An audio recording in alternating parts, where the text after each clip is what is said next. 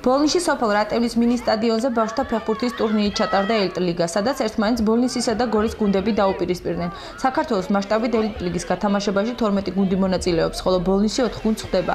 ეს ტურნირი მიზნად ისახავს ბავშვთა ფეხბურთის განვითარებას და საუკეთესო მონაცემების სპორტსმენების გამოვლენას. ეს თამაში ჰქონდა ბოლნისის სიონთან.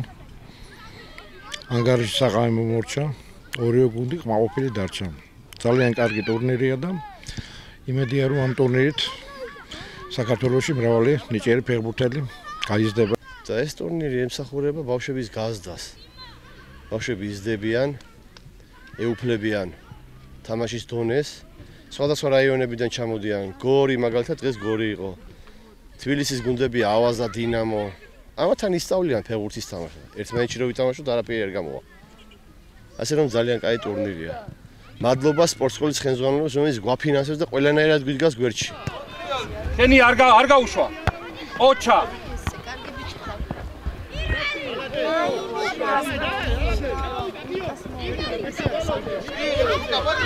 შენია! არა.